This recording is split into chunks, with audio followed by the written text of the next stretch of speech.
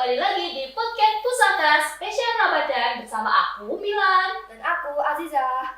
Gimana puasanya hari ini? Masih kuat sampai maghrib? Biasanya nih ya, kalau sore-sore kita pasti keluar buat ngabuburit. Tapi malah ada yang scroll TT, ada yang tidur, bahkan udah ada yang beli makan tapi belum waktunya. Nah, pada hari ini kita nggak cuma mau bahas ngabuburit biasa, tapi gimana caranya ngabuburit jadi penuh makna. Nah, kali ini kita nggak sendirian nih. Kita bersama tamu spesial kita, Bapak Dr. Setio Pambudi, SPD, FPI. Selamat pagi, Pak. Halo, selamat pagi. Pak, menurut Bapak, apa sih makna ngabuburit yang sebenarnya itu? Ya, di kalangan remaja sekarang itu, sekarang ini kan ngetren sekali istilah ngabuburit. Jadi sebenarnya ngabuburit itu kan dari bahasa Sunda yang artinya burit atau sore. Ya. Nyore. Nyore itu rata-rata dilakukan oleh remaja di zaman sekarang itu untuk beraktivitas sambil menunggu datangnya waktu adzan maghrib, yaitu pertanda waktu berbuka puasa seperti itu. Jadi banyak sekali yang anak-anak remaja itu yang melaksanakan atau melakukan ngabuburit itu di berbagai daerah. Itu ada yang disertai jalan-jalan atau kumpul-kumpul bareng teman atau main HP, selfie-selfie dan lain sebagainya. Tapi jauh dari itu, jadi makna ngabuburit itu kita lebih baik yaitu memaksimalkan ibadah di bulan Ramadan. Dalam arti kita bisa melakukan atau kita bisa mengaji, kita bisa mendengarkan ceramah-ceramah agama sehingga puasa kita di bulan Ramadan ini mendapatkan predikat yang baik, sehingga di bulan-bulan lainnya itu kita bisa terbiasa melaksanakan ibadah di bulan Ramadan. Jadi Ramadan ini secara garis besar itu merupakan momentum bagi kita untuk mendisiplinkan diri. Jadi Ramadan ini kita isi dengan ibadah, dengan ngaji, dengan tadarus Quran, dengan merenungkan penciptaan Allah Subhanahu wa taala pada alam semesta ini, ada gunung, ada laut dan lain sebagainya, yang mana semuanya itu tidak bisa diciptakan atau dibuat oleh manusia. Seperti pada Quran surat Ali Imran ayat 191 itu, A'udzubillahi minasyaitonirrajim, bismillahirrahmanirrahim, Rabbana ma khalaqta hadza batila subhanaka faqina adzabannar. Jadi Allah Subhanahu wa taala menciptakan alam semesta itu tidak sia-sia. Jadi semuanya itu ada manfaatnya bagi kita lah. Alangkah indahnya kita daripada jalan-jalan yang tidak bermanfaat, kita muhasabah, introspeksi diri ya.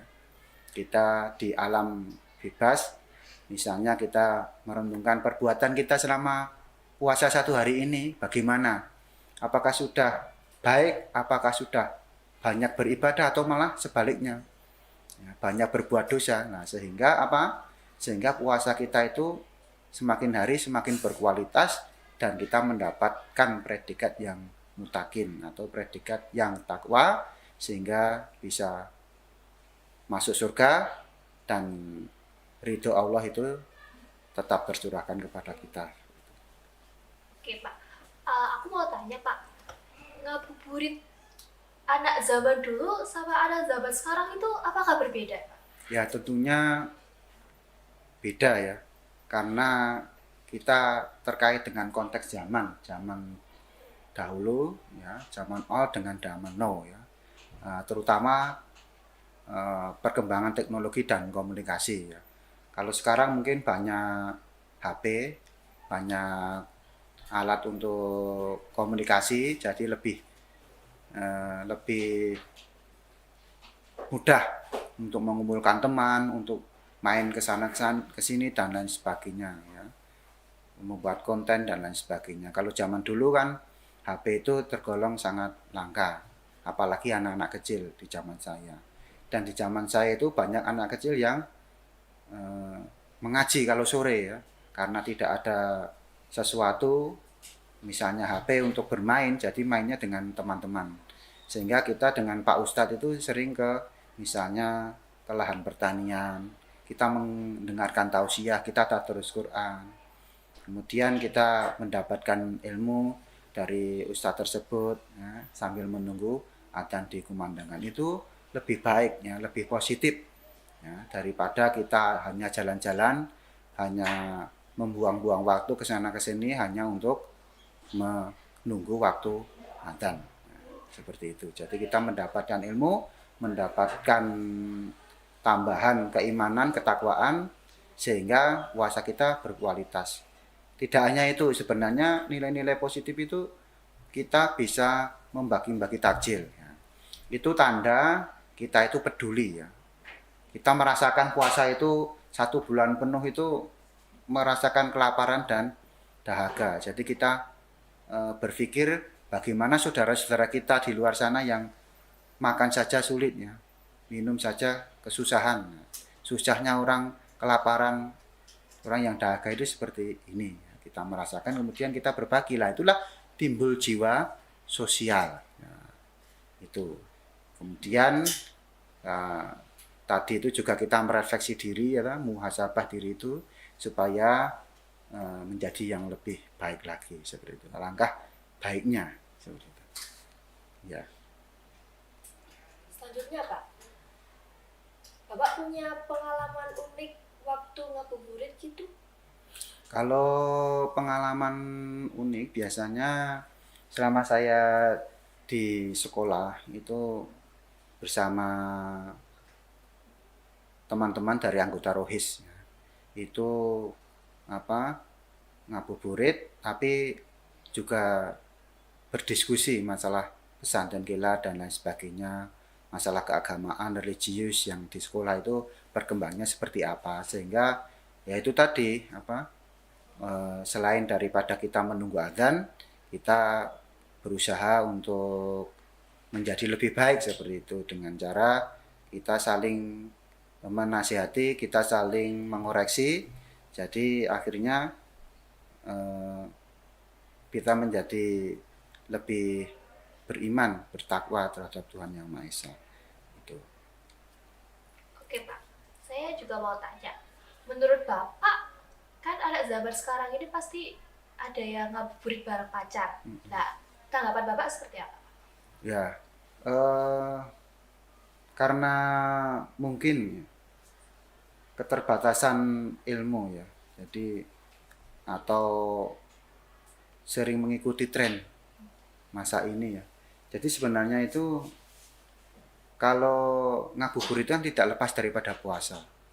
Puasa itu kan dalam arti kita menahan hawa nafsu, menahan nafsu dari amarah, dari hal-hal yang membatalkan puasa. Sehingga ketika kita itu ngabuburit bersama pacar, itu saya kira dihindari ya. Jadi itu tadi, jadi kita bagaimana sih kita itu biar puasa kita itu menjadi puasa yang berkualitas seperti itu. Jadi seperti ngabuburit bersama pacar atau bersama teman yang bukan muhrim itu sebenarnya itu dihindari seperti itu. Lebih baik kita muhasabah, kita merefleksi diri, kita mengaji seiring dengan mendekatkan Tuhan diri kita kepada Sang Ilahi. Oke, baik. Mungkin Bapak ada pesan moral untuk kegiatan ngabuburit seperti ini, Pak? Ya, untuk teman-teman yang khususnya para remaja dalam kegiatan ngabuburit, sebenarnya kegiatan itu banyak. Ya, ada kegiatan keorganisasian, ada kegiatan kemasyarakatan, atau kegiatan kepemudaan, atau kegiatan antar teman satu kelas dan lain sebagainya. Alangkah baiknya ketika ngabuburit itu kita isi dengan nilai-nilai yang positif. Jadi ada manfaatnya. Nah, kita tidak lepas daripada bulan Ramadan ini kita memperbaiki diri agar supaya apa? hal-hal yang kita lakukan, hal-hal yang kita kerjakan, ibadah kita di bulan Ramadan ini menjadi kebiasaan di bulan-bulan yang lainnya, sehingga kita mendapatkan tarbiyah pendidikan di bulan Ramadan ini. Dengan cara itu tadi ya, kita mengisi dengan hal-hal yang positif ya. Kita merenungkan satu hari kita sudahkah tilawatul Quran, sudahkah kita beribadah, beramal soleh dan lain sebagainya. Itu sehingga Ramadan yang selanjutnya kita menjadi insan-insan yang beriman dan bertakwa terhadap Tuhan yang Maha Esa, seperti itu. Wah, ternyata banyak banget ya makna di balik ngabuburit. Betul sekali. Ternyata ngabuburit itu nggak cuma cari angin doang di jalan, kita juga bisa baca Al-Quran, ngaji, dan TPA bareng teman-teman di desa. Terima kasih Bapak Pak Budi sudah memberikan ilmu dan juga nasihat yang sangat bermanfaat. Ya, sama-sama. Semoga ngabuburit kita semua jadi lebih bermakna dan penuh dengan kebaikan. Kami pamit undur diri. Wassalamualaikum warahmatullahi wabarakatuh. Selamat berbuat